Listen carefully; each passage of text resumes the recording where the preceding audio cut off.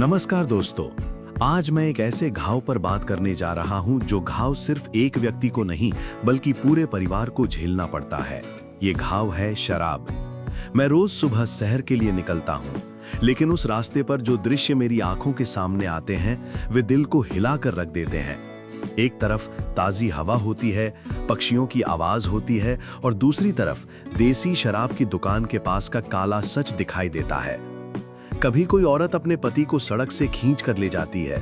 वो पति सड़क के किनारे पड़ा रहता है, गंदे कपड़े, शरीर से बदबू, औरत के चेहरे पर आंसू, पर फिर भी वो उसे घर तक ले जाती है क्योंकि उसे अपना परिवार बचाना होता है। कभी एक छोटा बच्चा अपने पिता को उठाने की कोशिश करता है, पापा उठो, मुझे स्कूल जाना है, और ऐसा वो कहता है, लेकिन पिता बोतल में डूबा रहता है।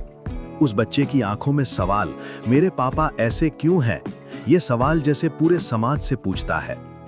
मुझे याद है, एक बार एक लड़की ने अपने पड़ोसी से कहा था, काका, आप मेरे पापा को स्कूल की पेरेंट्स मीटिंग में ले चलेंगे? मेरे पापा कभी नहीं आते, वे हमेशा दुकान पर ही रहते हैं। दोस्तों, ये सुनकर आंखें भर आईं। बाप जिंदा है, लेकिन बच्चों को लगता है कि उनका बाप नहीं है।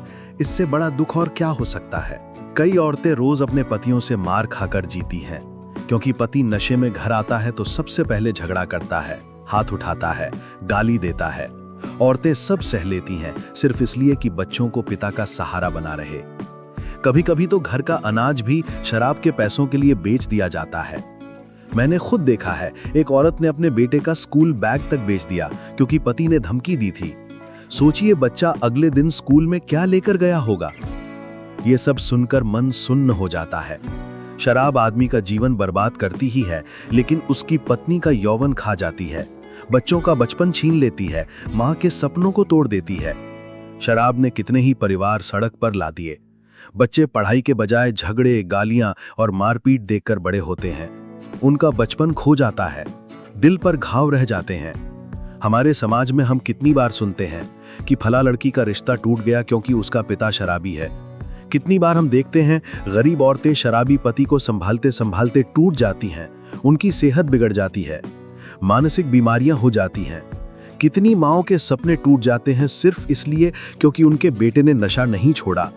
सरकार सिर्फ टैक्स वसूल करती है, शराब की दुकानों से पैसा मिलता है, लेकिन उस पैसे की कीमत पर कितने परिवार बर्बाद हो रहे हैं इसकी गिनती कोई करता है क्या? दुकानों के बाहर गंदगी, नालियां, गंदा पानी, वहां से फैलने वाली बीमारियां, इनकी चिंता किसे है?